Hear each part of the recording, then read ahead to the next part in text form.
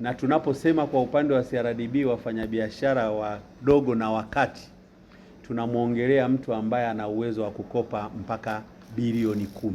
Mpango huu tunauzindua katika kanda ya Ziwa, na kwa upande wa benki ya CRDB kanda ya Ziwa inahusisha mikoa minne. Ni mkoa wa Mwanza, ni mkoa wa Kagera, ni mkoa wa Simiyu pamoja na mkoa wa Mara. Lakini naomba pia waandishi wa habari muweze kuipata hii taarifa kwamba kanda ya Ziwa ni miongoni mwa kanda, kama sio namba moja, ndio kanda inayoongoza kwa kuwa na matawi mengi. Kwa upande wa kanda ya Ziwa tuna zaidi ya matawi 44. Kwa hiyo unaweza ukaona kwamba ni jinsi gani coverage ya benki ya CRDB ilivyo kubwa.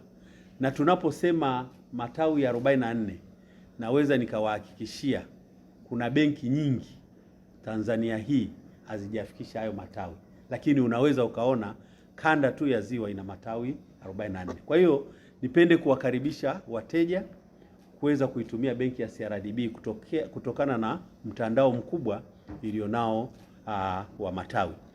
Na mafunzo haya yataendelea kutoa elimu mbalimbali kuhusiana na bidhaa tunazozitoa kama benki ya CRDB. Mahusiano yetu ya benki ya CRDB na mteja yanaanzia kwenye kufungua akaunti, lakini pia mteja ataweka amana, lakini pia tunatoa mikopo mbalimbali, mikopo ya kuendesha biashara, lakini pamoja na kuanzisha uwekezaji. Pia benki ya CRDB huduma zake zinapatikana kwa njia tofauti tofauti, na tunaamini kwenye kidigitali zaidi.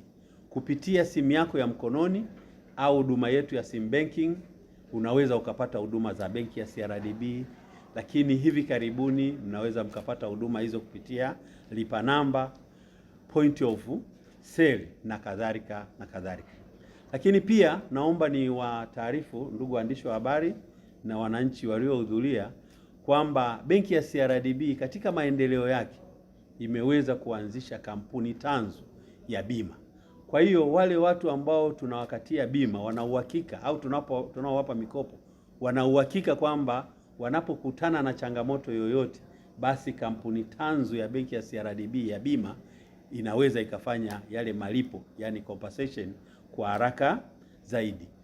Lakini pia benki ya CRDB ina huduma maalum kwa wenzetu ambao wanafuata sharia, kwa ndugu zetu Waislamu, lakini hii sio kwa Waislamu peke yake, ni watu ambao wanafuata misingi, au mtu mwingine unakuta imani yake haimruhusu kukopa kwa riba. Kwa hiyo tuna dirisha maalum kupitia CRDB Al-Bulk Banking, ambapo tunatoa mikopo na huduma nyingine mbalimbali ambazo zinafuata misingi ya sharia.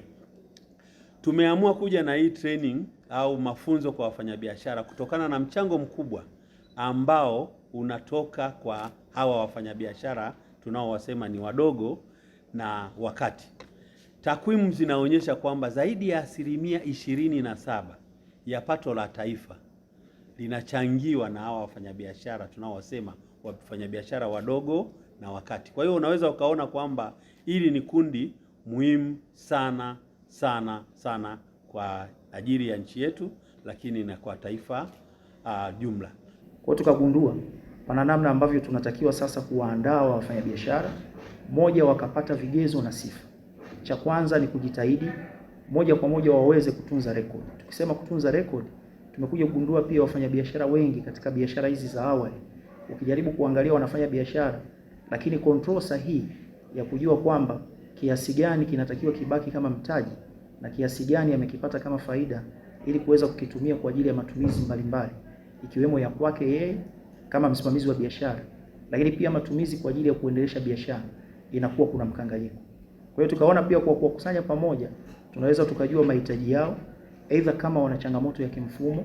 Kwa hivyo basi tukagundua kwa idadi yao kubwa kwamba ni kiasi gani wana changamoto hizo, na kuweza kama benki sasa kutafuta mshirika na mdau sahihi ambaye ataweza kuwasapoti kupatikana kwa mifumo hii katika bei ambayo itakuwa nafuu kabisa, ili kuwafanya wafanyabiashara hawa wa awali na wakati kuweza kuwa na record, lakini pia kuweza kuzitunza biashara zao vizuri, kujua kiasi ambacho kitafaa kwenye matumizi kwa maana ya faida, na kiasi gani kinatakiwa kibaki kama kiasi cha principal kwa maana ya mtaji.